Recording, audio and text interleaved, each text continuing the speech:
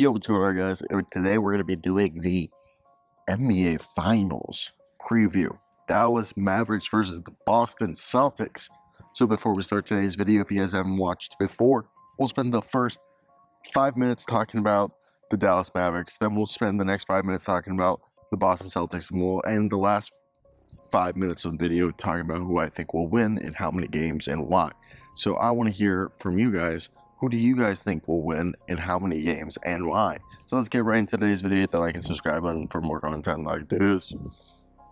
All right, you got two Hall of Famers. You got Kyrie going against his former team. So there's the chip on the shoulder there. There's vengeance there. There's blood that runs deep. You got Luka Doncic, who is he's a generational player. He's an enigma.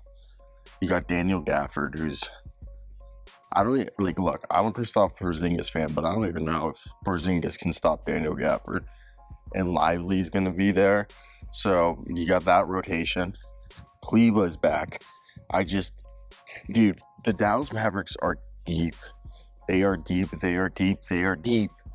And I think this last closeout, this last game, I think was pretty indicative of the type of team that Dallas can be, which is an in-your-face with especially with PJ Washington.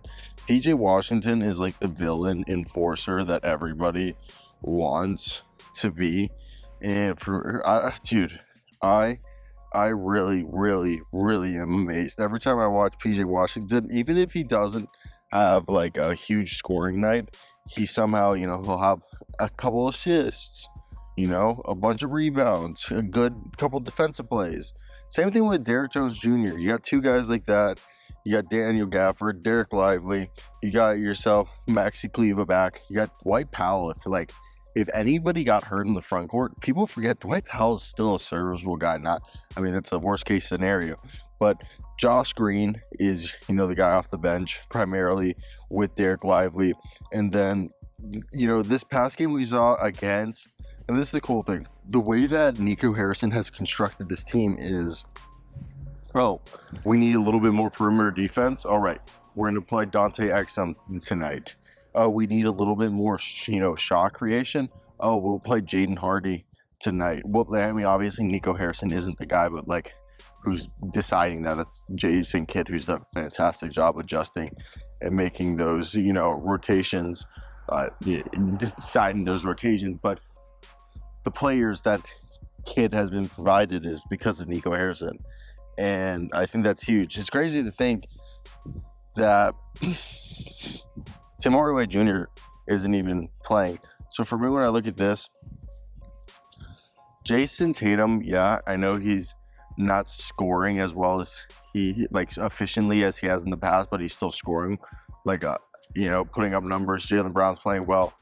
Everybody on this Celtics team is scoring well, and I know Tatum and Brown are on Hall of Fame trajectories, but you have legit two Hall of Famers in Kyrie Irving and Luka Doncic, and I just think I've said this before, this Dallas Mavericks team, there's some tough cookies. They are some tough cookies to the point that I think they're on this trajectory that they really, I think, similar to that 2011 Mavs team, where it's you got the shot creation between your two stud players, okay, in Luka and Kyrie, and then you just have the role players providing the defense in Daniel Gafford, Derek Lively, Josh Green, Dante Exum, Derrick Jones, PJ Washington.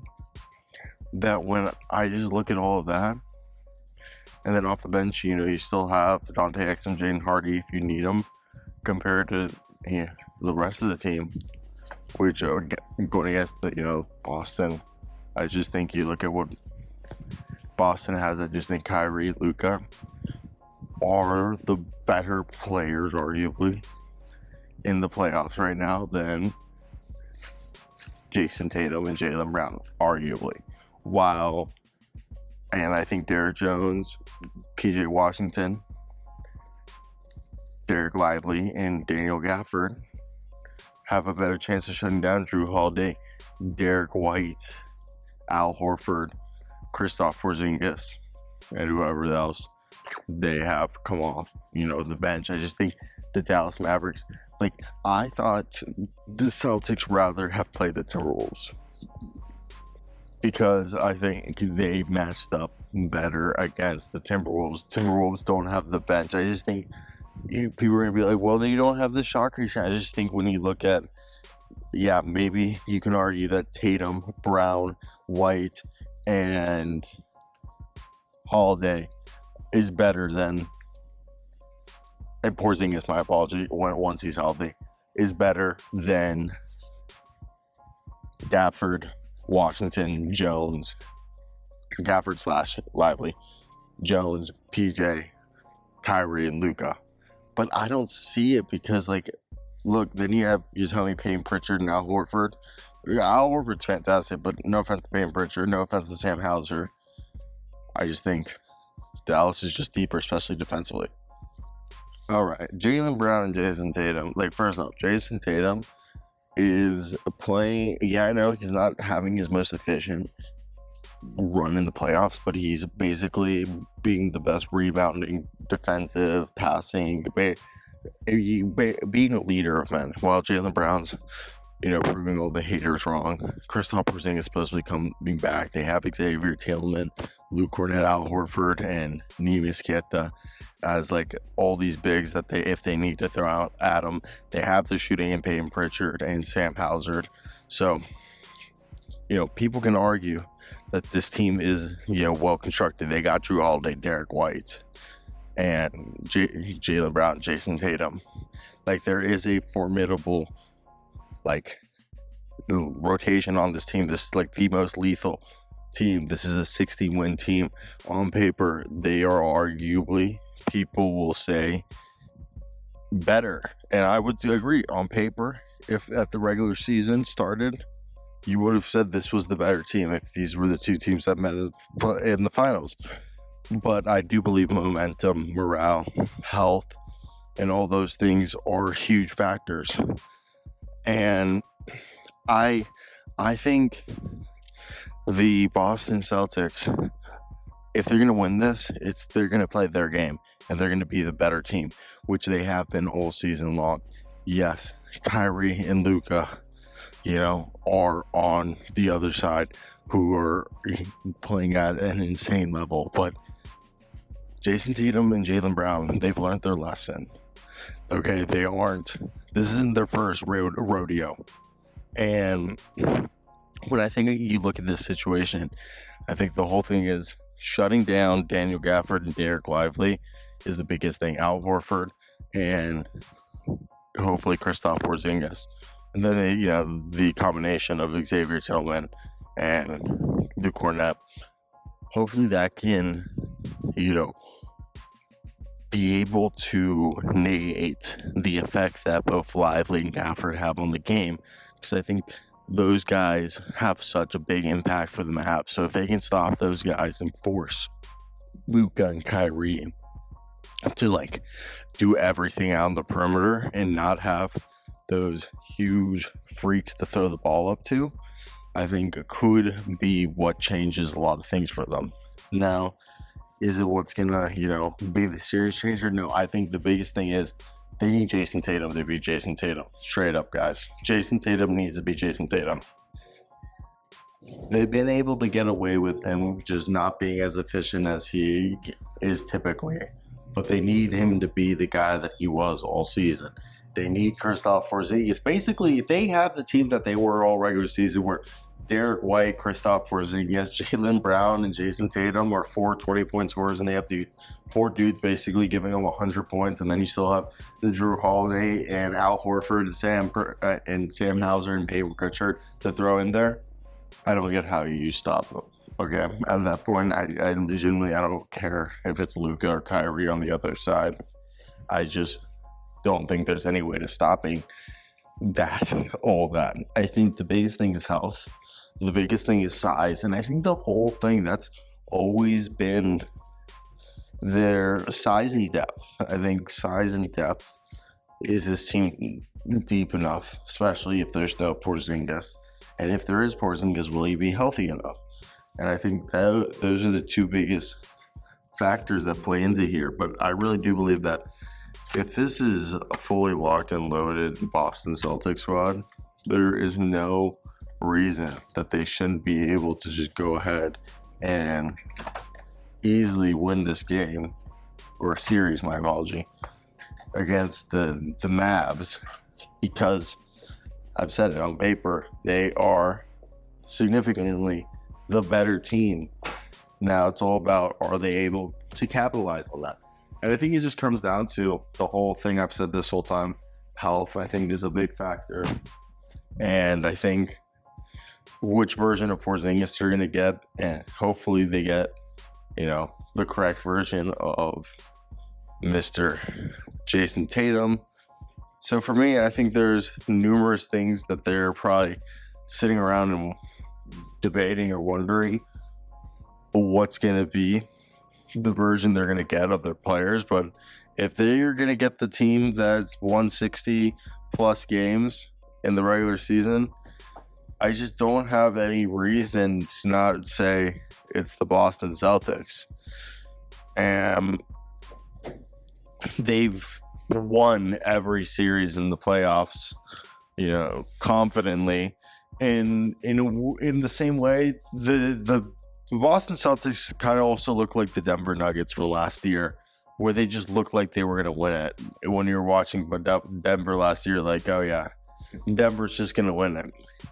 And that's what it looks like. And somebody could say, well, the Dallas Mavericks then are like the Miami Heat, that they're just on a run. And that's definitely possible. All right, who do you think is going to win this? I really think this is a 6 or 7 game series. This is going to be hard. And I think both teams are going to... I think this comes out... By game 4, this is a 2-2 series. Both teams win at home.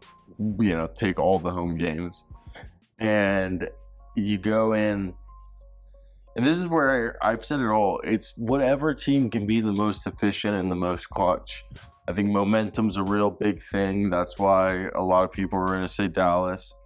And you got Luka and Kyrie just playing at this level that is just so high that can Jason Tatum and Jaylen Brown match it. And then the counterpoint is, well, like, this isn't, they're back, okay? They're not it.